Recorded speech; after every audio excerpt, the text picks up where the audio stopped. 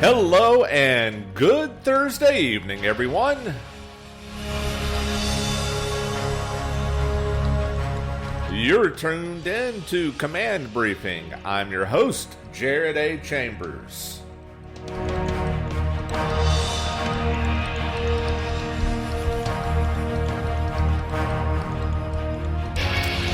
Time for some news and information from the front lines.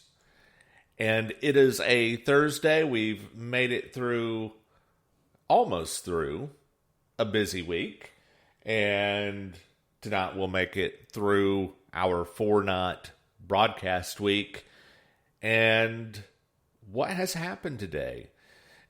Really, the question is, what has happened over the last few years? And I think that it's interesting, the times in which we live, we have had clarified for us in so many ways who has courage and who doesn't. And the people with courage are routinely punished by those without it. Those with courage highlight the cowardice of others.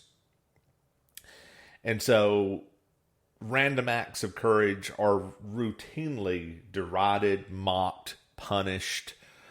But we do live in an age where you have to go in one direction or the other, and it is nice to see those small acts of courage. One of those today, Georgia State Senator Colton Moore sent a letter to the governor all by his lonesome, said "we the undersigned," and he was the only signatory, sadly, calling for a special session of the Georgia legislature to go into and look at this Fani Willis, giving her a new last name. Big Fat Fani, that's easier to remember. A special session to look into her actions, and in Georgia, the governor does have discretion to remove a rogue county DA. Is Kemp going to do that? No, absolutely not. We've talked about this already. Kemp and Raffensperger and so much of the Republican Party machine in Georgia, they are complicit with what happened in 2020. They are nervous, but they are locked into a strategy now. To try to pull the plug on this is a lose-lose for them. They have to ride this out and see if Fani can take out their enemies for them.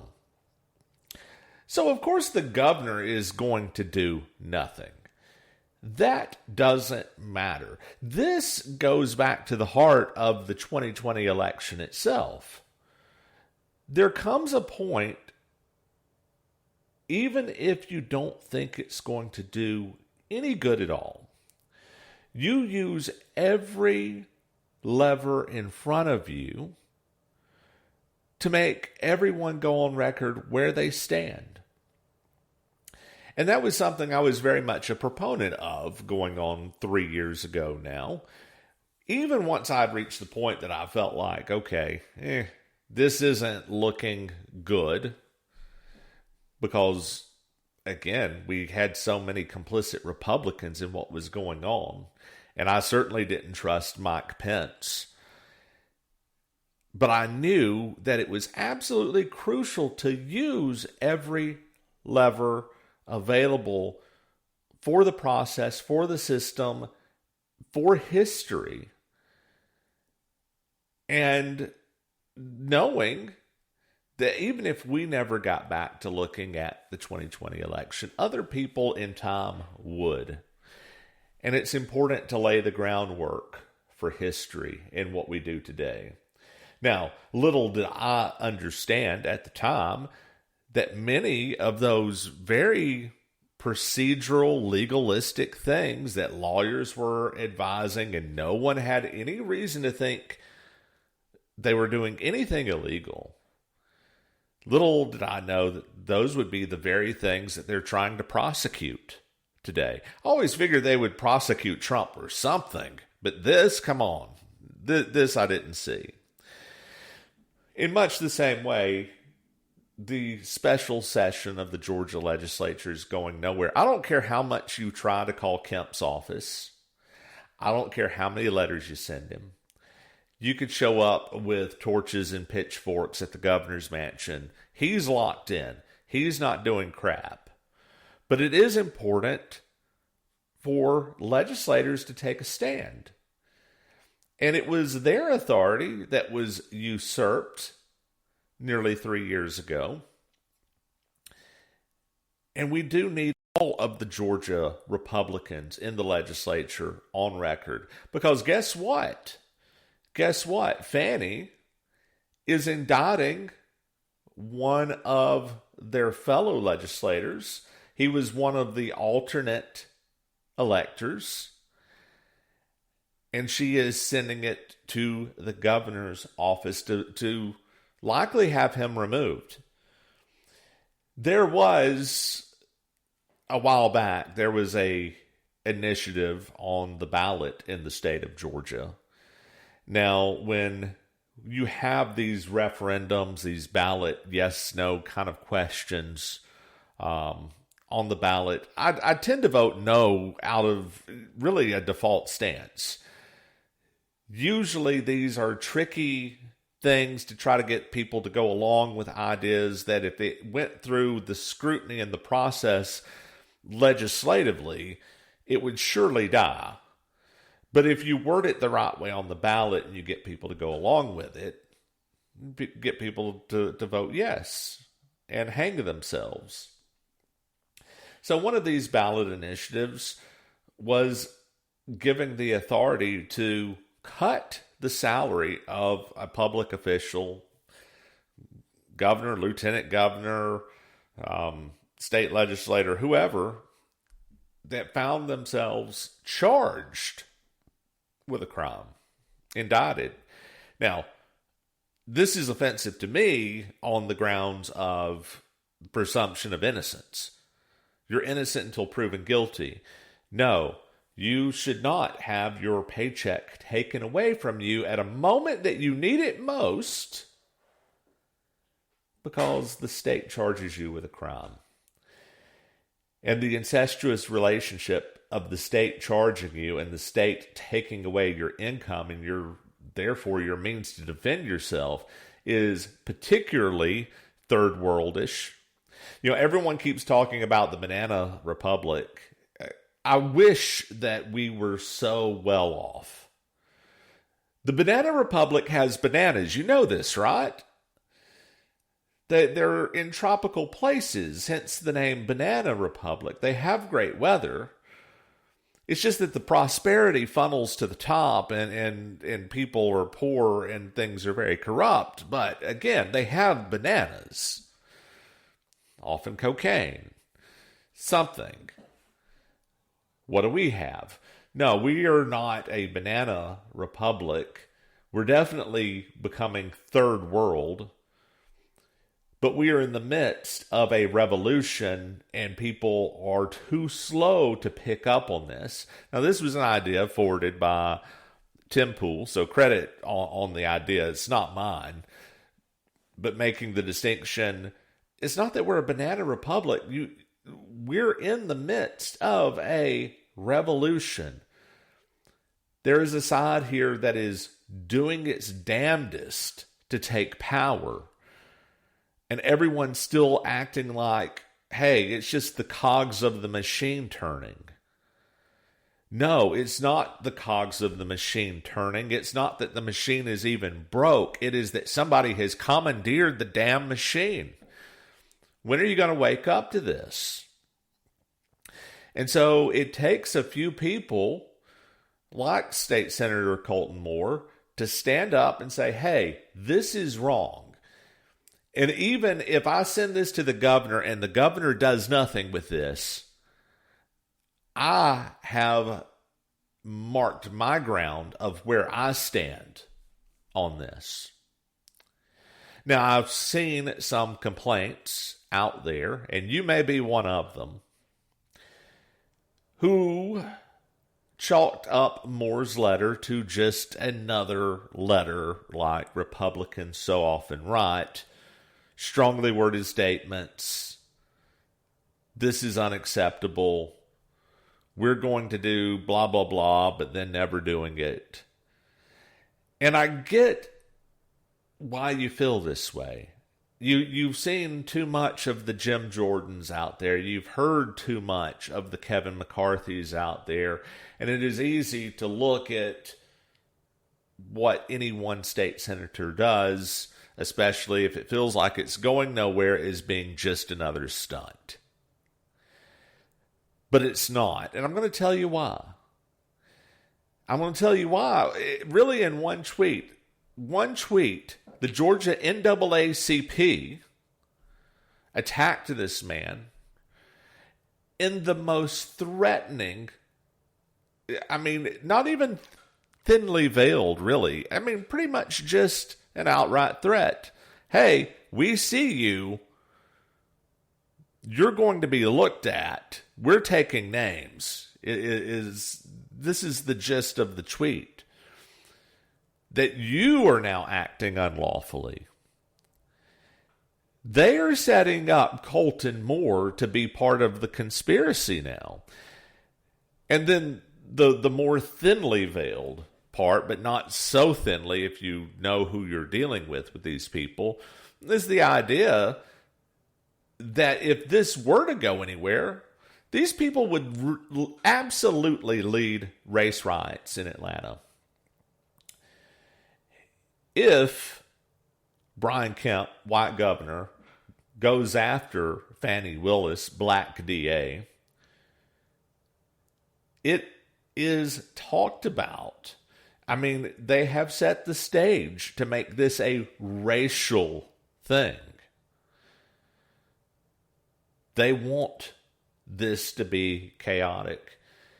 And they have threatened this man, and they're using him as the focal point of a larger threat of racial violence in Atlanta. So no, I don't think Colton Moore is pulling a Jim Jordan or a Kevin McCarthy. I think he's pulling a John Hancock. I think he knows that he has put his head on the chopping block by standing up and saying anything. It would be easier, and you know this because this is the route that all the other elected Republicans seem to be going, which is just to sit back and go along for the ride. Why interfere? Fani's likely to take out people that you don't necessarily like anyway.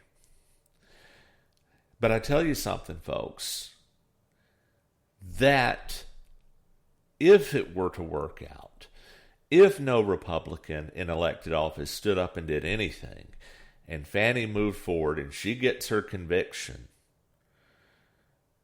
let's say all the chips fall where they want to, and Trump never gets a chance to highlight all of the awful, awful things that happened in Georgia nearly 3 years ago. I promise you it would be a very hollow victory for those people. Because Brian Kemp is not going to beat John Ossoff and go to the Senate. Brad Raffensperger is not going to become the governor. These people are done, and the Republican Party will be done. It will be forever fractured and unable to recover because you have too many people who think, hey, if this could just blow over, if we could get rid of Trump in the process, we could go back to just like things used to be. We could TV, we could argue with each other, then we could go out and have drinks together and slap each other on the back and all go out and get rich together and damn the voters. They would love that. But the voters aren't going to play along with that particular game anymore, folks. The signs are everywhere. You just have to pick up on them and read them. Anyway, we're going to take a quick break, and we'll be right back with more.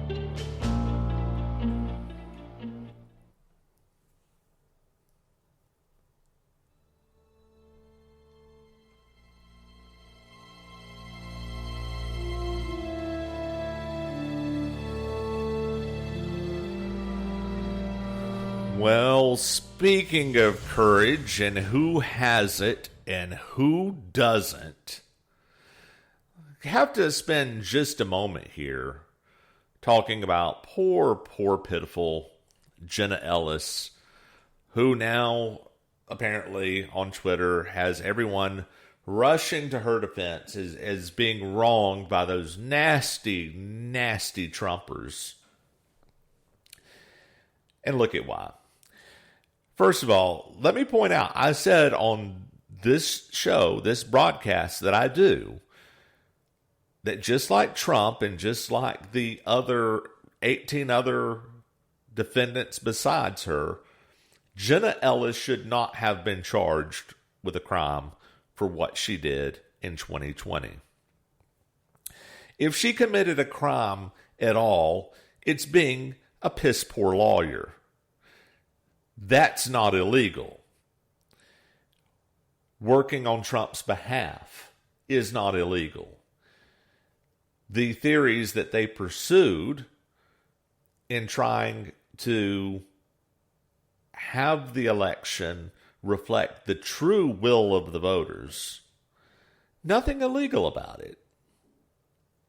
Now, again, some of it was sloppy. I think they clearly pursued angles that made the case too complicated for people to understand. I think some of the lawyers, in fact, knew that they would get stymied on this whole standing issue. I am not convinced by a long shot that everyone working on Trump's team was actually trying to help and not actually sabotaging him. And if that seems far-fetched, if it seems crazy, look at the entirety of Trump's political career. To say that he has people who works with and around him who aren't trying to undermine him, it's insane to say that that doesn't happen. We know it happens. And so I don't think that that ended on November the 5th, 2020. No, I think a lot of people said, hey, I could get in here, I can make some money, I can get my mug all over the news, I can be the face of fighting on behalf of the cause and fighting the good fight. But at the end of the day, I don't want Trump back in there either. I'm not convinced all these people did their best.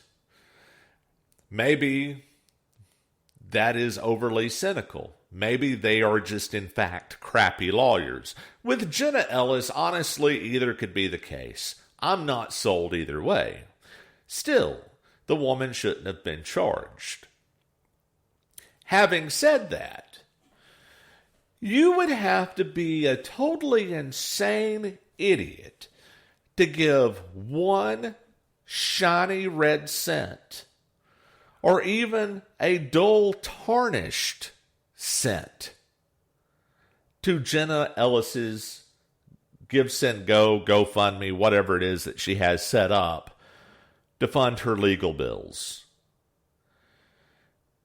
Because there's a reason that Big Fat Fani decided to try all these people as one in some old West, antiquated, got the whole gang here together and we're going to charge them and hang them on the same day kind of circus trial, is that she knows that these people, a lot of them, are going to be only too happy to turn on their fellow defendants in this to try to save their own ass.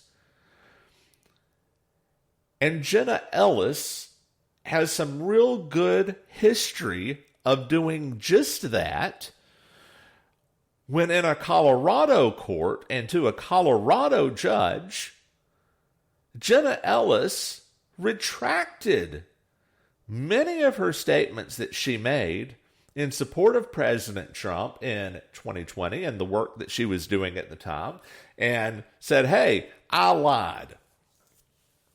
And she did this because she had her law license threatened in Colorado. And folks, I know what it's like to have your livelihood threatened. Been there.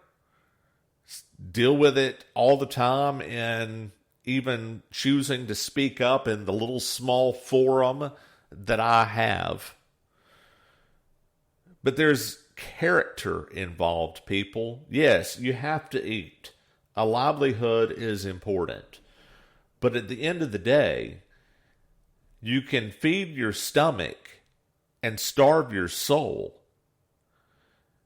And that is what Jenna Ellis is known to do. She will absolutely turn on anybody to save her own hide. I would not give a penny to her legal defense. I hope that Trump is working diligently, or rather his lawyers, to tear this case apart. This all should not be tried together. And in fact, I mean, first of all, it shouldn't be tried at all. That said, Mark Meadows, at least, has made the first move on this to get this remanded to a federal judge in federal court because he was acting under federal authority in doing what he was doing as the chief of staff of the President of the United States. And if a chief of staff can no longer go out and collect a phone number when his boss tells him to, well, God, shouldn't the feds actually say that's no longer the job of the chief of staff of the President of the United States rather than some county DA down in Fulton County in Georgia? So that's a very correct move. And I hope that further steps are taken to get this in a different jurisdiction and tear apart the monstrosity that Fani Willis created on purpose. I mean, the intent is chaos, right? I mean, you understand this, right? Think about trials that you have watched over the years, the trials that are big enough to be public.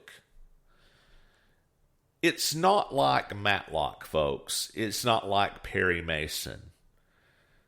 A defendant in a high-profile case doesn't walk into a courtroom with a single lawyer.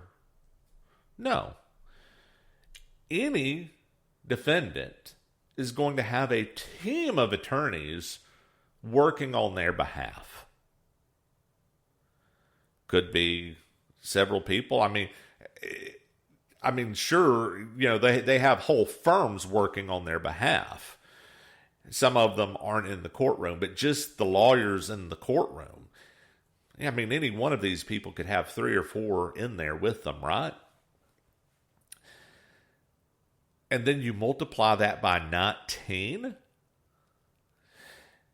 If you take the example, let's say each of them has 3 attorneys who are going to court to litigate for them and work on their behalf.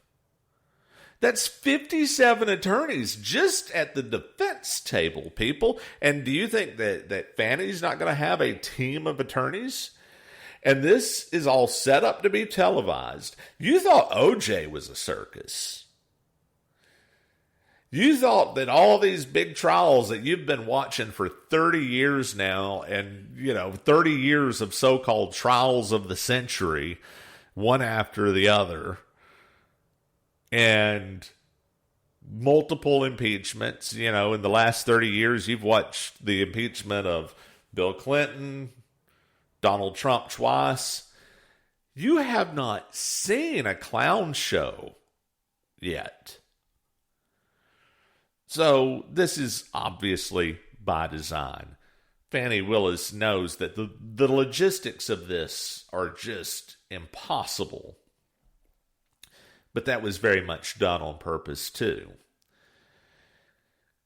And I will leave the lawyering to the lawyers and express that I hope, and I think that just on the logistics alone, that there's a very good chance that Fani's plan is going to be torn apart by judges who understand that they don't want their courtroom to be this kind of a circus. But that's all I will say on that part of the legal aspect. But I will go back to Jenna Ellis doesn't deserve a penny because she will sell anybody else out.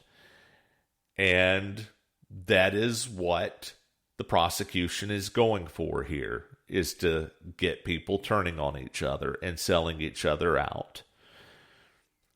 And I don't feel bad about telling you to not give money to Jenna Ellis.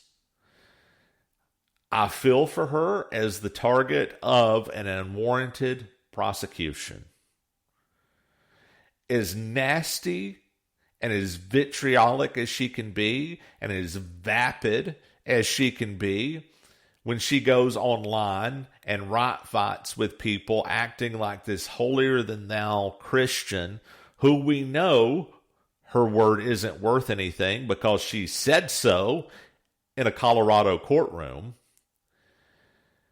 I can still have compassion for the situation in which she finds herself that nobody should be in. But it doesn't mean that I have to add to the problem by funding her. And this idea, and these are all DeSantis people in the influencer crowd who are, they're all mad at the Trumpers because we're all nasty and we're mean and we're being mean to poor Jenna. No, I haven't really seen that many people be nasty directly to her. It's just like, no. GoFundMe? No. I don't doubt. I mean, it's Twitter. I'm sure some people have overstepped the bounds. That happens all the time. I'll also get tired of pretending like that's a one-directional thing. I'm tired of seeing the complaints about how nasty the Trumpers are, just like all the DeSantis people are super, super nice. When in fact they're the opposite. And it occurred to me today, too, just a quick point on this. Do you know how you can tell that they're really not trying to get DeSantis to win? I mean, honestly, no. They're actually not trying to get DeSantis elected. In fact, they know that they cannot. They're not dumb. They've seen the numbers, too. They know it's not going to happen. But you can tell that that's not their objective, because when you point out that their strategy is totally flawed, they simply gaslight you and say, no, it's not. Things are going great. DeSantis is ahead. He's going to win Iowa. He has the coveted Baby Huey Steve Deese endorsement in Iowa. It occurred to me, by the way, like Steve Deese, I call him Baby Huey. I don't know if you know who Baby Huey is, but he's this, basically an adult baby. This rounded face, smooth features, very kind of disturbing to me. He also sort of looks like a South Park character. He sort of looks like adult with the round face. And he's getting kind of a similar attitude too, come to think of it. But yeah, Steve Deese, Jenna Ellis, Max Nordell, all these people on Twitter, twittering away for Ron DeSantis. Are they really trying to get him elected? No. If they were, they would understand by the numbers what they're doing is failing, and they would change strategy instead of insisting that their strategy is working. And that's how you know the real plan is just to sow chaos and keep him in there as long as they can, to sow the most chaos that they can, and screw them for doing that. By the way, I don't have to be nice about that. This is not a bona fide primary where you duke it out and then come back together in the end because you're all on the same team. No, they understand this primary is over. Again, by the numbers. But they're sowing chaos. They are agents of chaos. And no, we don't have to be particularly nice about that because what they're doing isn't nice. And no, they're not on my team. And if any of them find themselves wrapped up in a wrongful federal prosecution, as Jenna Ellis has, or state prosecution, but who knows, maybe the feds will go after her too, because we know that the feds and Fani are coordinating, although they deny it. We know that they're coordinating together. I will express my sympathy and outrage against the government for doing that. But no, I don't have to like them and be nice to them all of a sudden because they are nasty, nasty people. And with that, let's take another break and we'll be right back.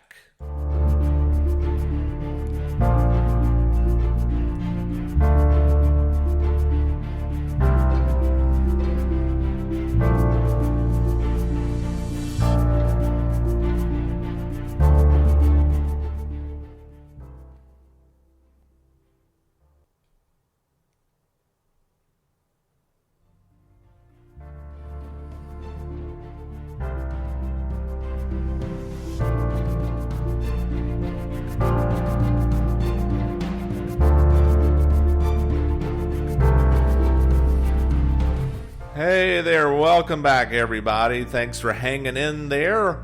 We're now in the bottom of the hour, talking about courage and who has it and who doesn't.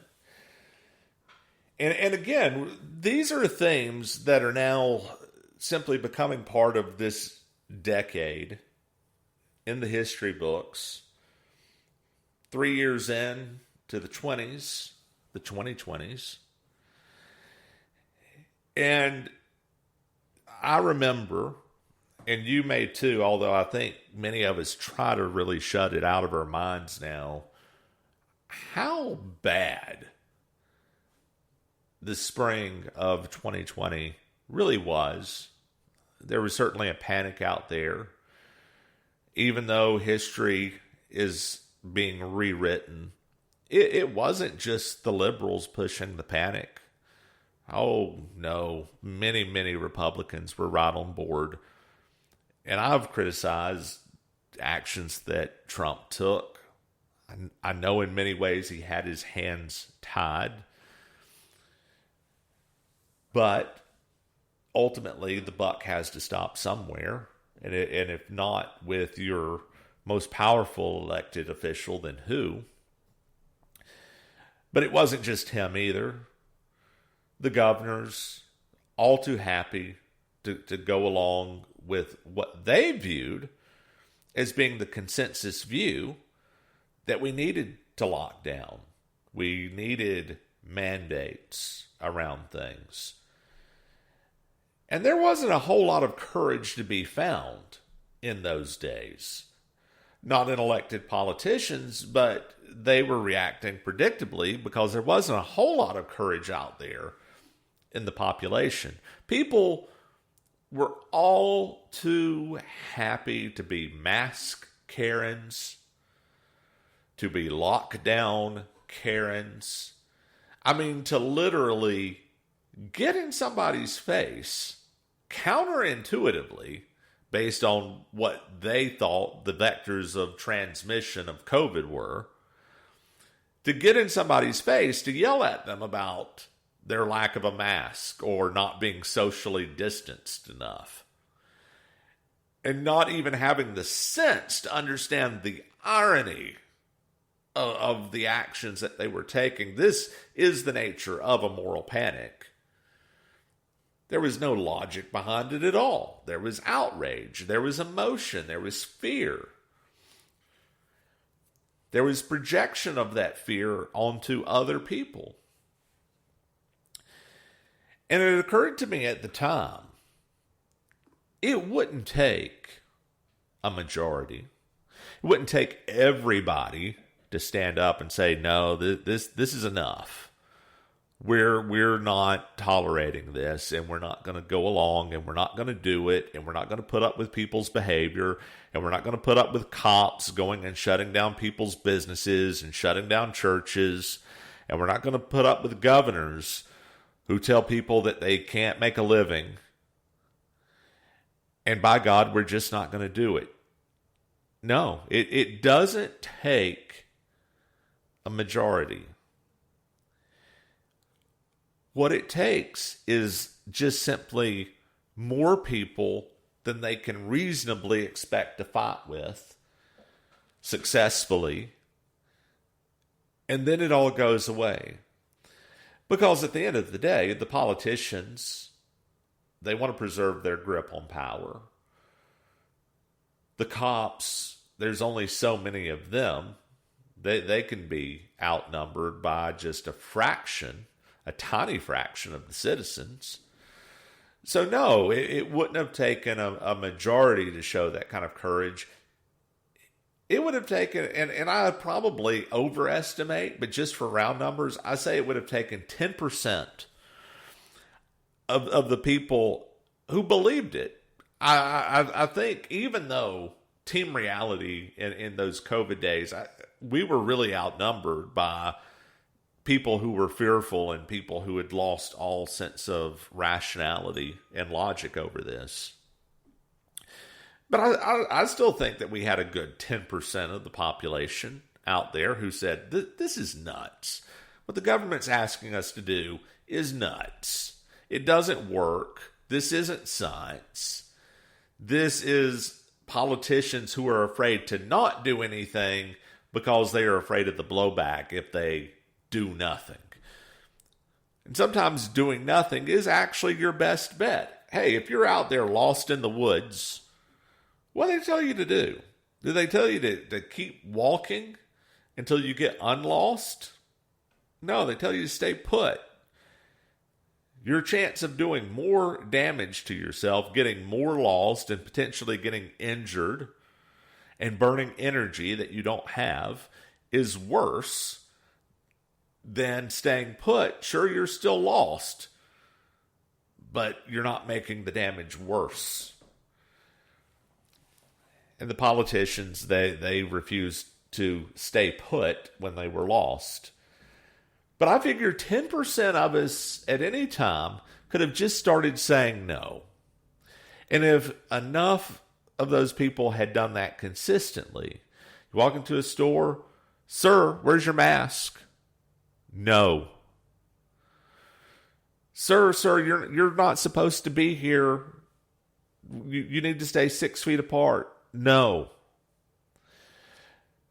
Sir, you can't open to the public. You can't let people in your business. No. No is a very powerful word if people will simply use it. It takes courage to stand out there. And there's the sense that if you're the first to say no, that everyone may simply refuse to stand with you, and then you're out there all alone. And that's a not pleasant feeling. And that's a risky feeling to be out there by yourself.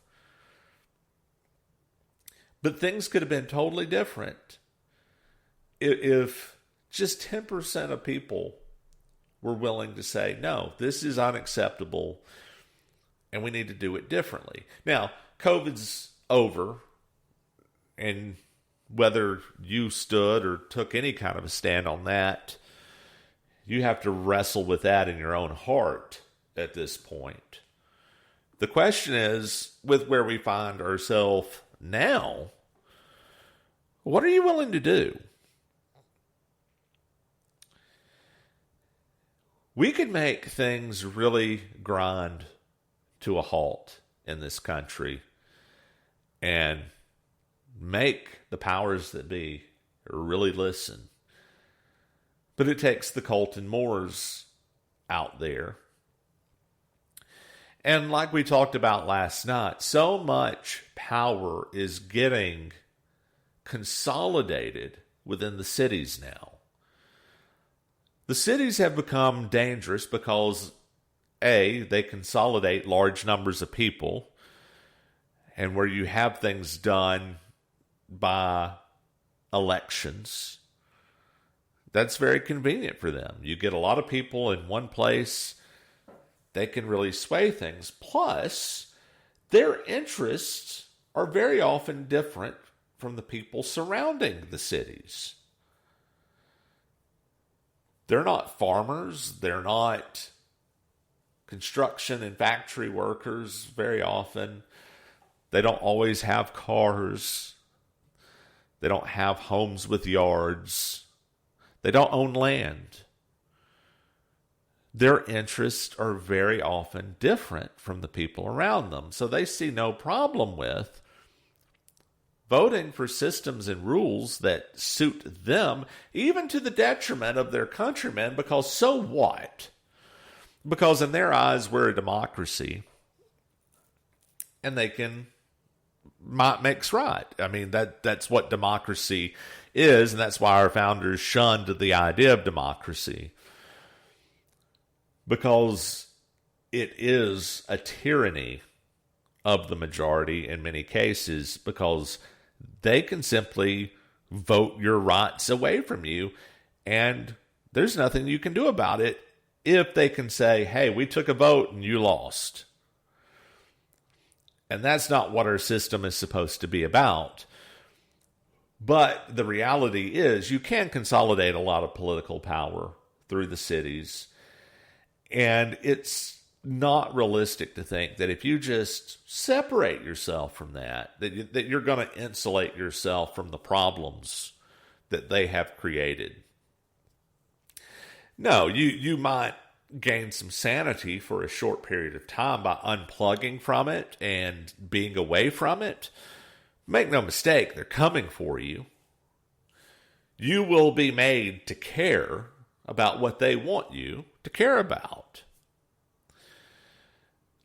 So sooner or later, you have to take some kind of a stand. And what we talked about last night, you have to have some kind of parallel systems in place to empower yourself, but to also get off of the treadmill that they have created for their own benefit, which no longer benefits you. That if you participate in it, you've made yourself vulnerable, because they can take away your prosperity from you.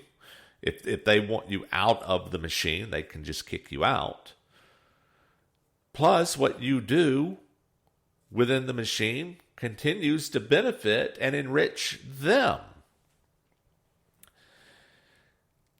So it takes courage to not be part of that system anymore.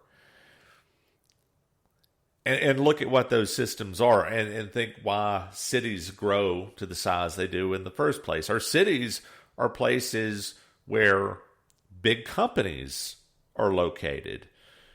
And that's part of the system, working for those big companies and 20th century style corporatism. It is where our institutions of learning are. And they have taken over those institutions of learning in many cases, and they've made them into ideological breeding grounds to create more people who think like them and to work into the systems that they've created. And this has happened over a long time. I mean, we've always had cities in the world. That's not a new thing. But look at how people got pushed into them across the 20th century from the types of work that were perceived to be available in the economic terms, and people trying to benefit their children by pushing their children to work within the confines of these systems. Meaning well, but also changing the culture of their subsequent generations, well-meaning into thinking they were pushing them into prosperity, but really they pushed them into being part of the machine. You know, once upon a time, a bachelor's degree actually meant something. It was something that would have separated you as part of an elite class. It would have opened many, many job opportunities to you that other people simply would not have. And it was something that you could really be proud of and made you unique. Just to have a 4-year bachelor's degree. So parents wanted their kids to have those and insisted that their kids would get them, and they sacrificed a great deal to make that happen. They gave up things. They put off their own retirements.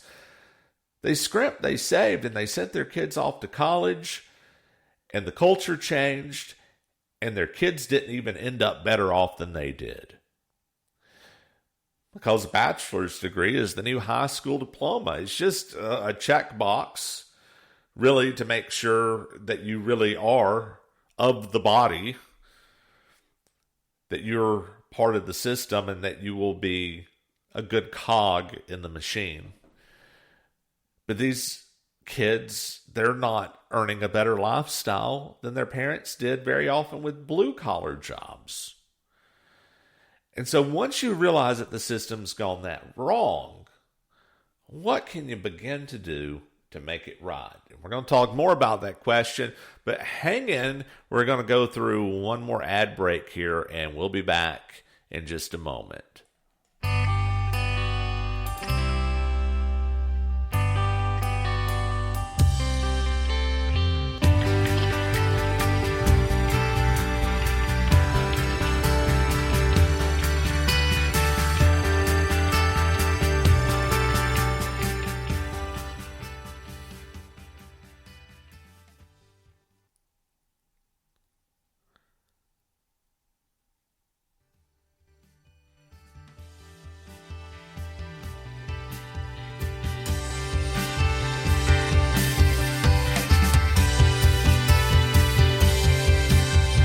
All right, folks, welcome back. Sliding into the last segment here of Command Briefing for tonight, and having the courage to stand up and form new systems.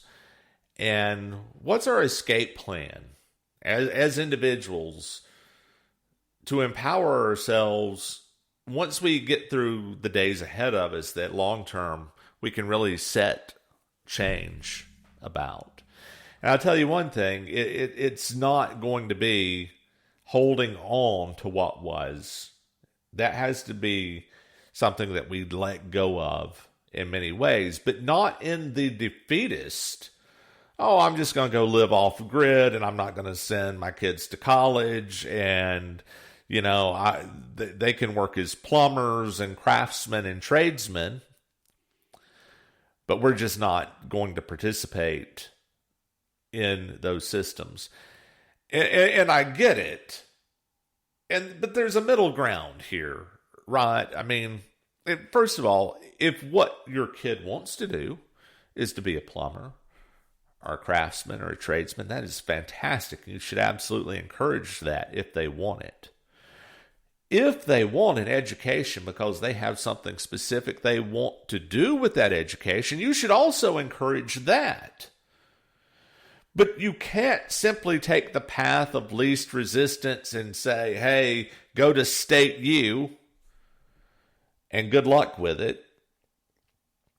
No, you have to start to look at, okay, if I'm going to do it, things have to be done with purpose, not just trying the path of least resistance that the state has laid out there for you. The state is not friendly to individualism, not at any level. I still remember 6th grade, I had myself a nifty little business. Now, not a great business. I wasn't going to become the next Elon Musk or Jeff Bezos with it. But I was making myself daily consistent profit, a little chunk of change that I could use. And I was not a child of means. And my folks did not give me a weekly allowance. But I was out there making real money that I could use for myself. You know what I was doing? Remember those lunchroom trays that you would get way back when? You had the little compartments in them. Here's where the tater tots go, and there's the big one, where the fake pizza goes, and the fruit salad, fruit cocktail, whatever. And you remember those trays being what they were, neatly stacked, one on top of the other. Well, sixth grade, being the responsible citizens that we were, a kid had to bus their own tray, meaning, okay, you finish your lunch, you pick up your tray, and you take it up to the window, put your fork in the bucket, pass the tray through the window after dumping the trash in the big gray trash can, and off on your way. Well, you remember what lunchtime was like. This is the 25, 30 minutes that you get to talk with your friends, to relax, to not have to worry about the teacher. You didn't really want to waste your time getting up and walking to that damn window on the other side of the cafeteria. And in that, I saw an opportunity. Hey, 10 cents, I'll take that for you. 10 cents was nothing to a kid to not have to do something. Here you go. Yep, 10 cents. Wait, what's happening here? Oh, he's taking your tray for 10 cents. Here's a dime. You can take mine too. Okay. Now, I was a pretty stout kid. I could easily take 10 trays up there on any given day at one time. That's $1. That's $1 a day. Sometimes get a few extra, maybe 12 or 14. Until the teacher put a stop to it. Why? Because you're making money off your fellow students? That's bad. You're not supposed to make money from your friends.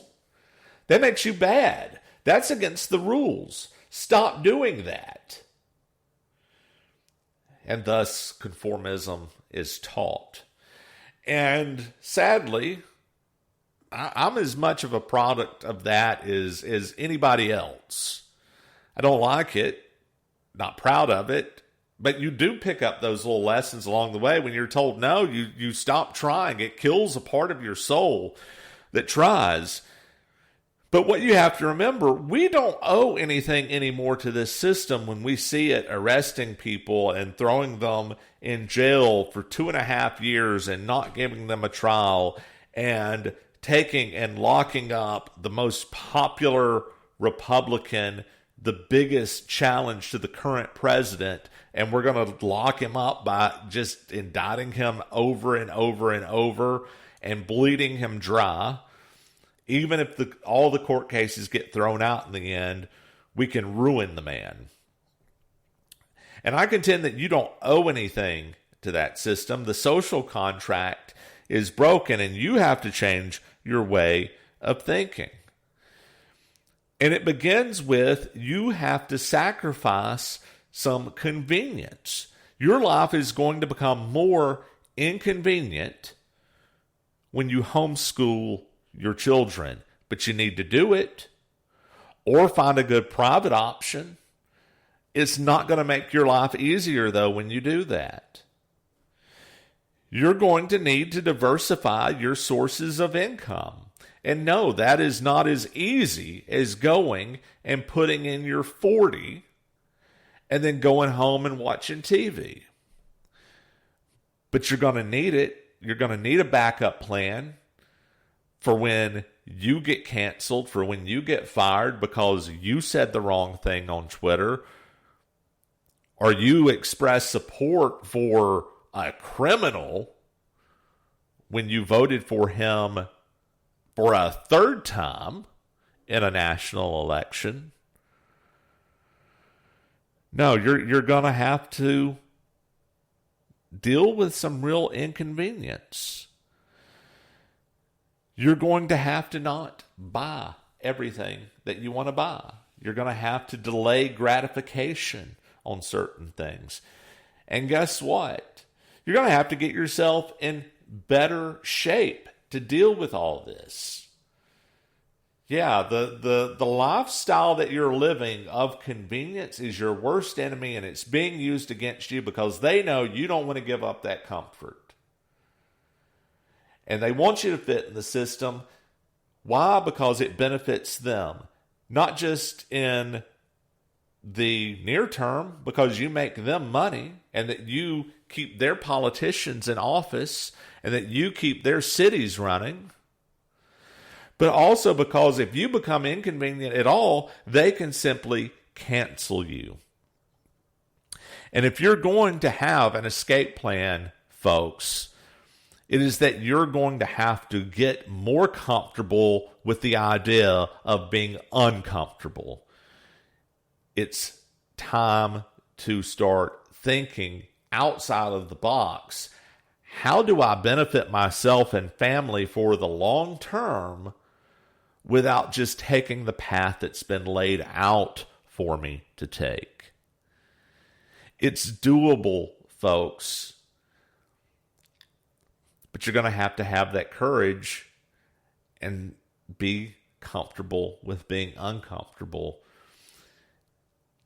Find new systems, diversify your income, homeschool your kids, send them to specific types of education based on specific vocations that they're interested in, rather than letting them figure it out across 4 years or 6 years or 7 years at State U. That's how you have to start thinking about things. And of course, buy land, buy tangible, valuable goods, and buy guns and ammo. It's frontier days, folks, but you got to have courage and hang there through it. All right, next week, Monday coming up, we're waiting on the big press conference from President Trump. We're looking forward to that. And so Monday evening, hope to have a lot to talk about in regards to that. Over the weekend, hey, who knows what can happen over a weekend?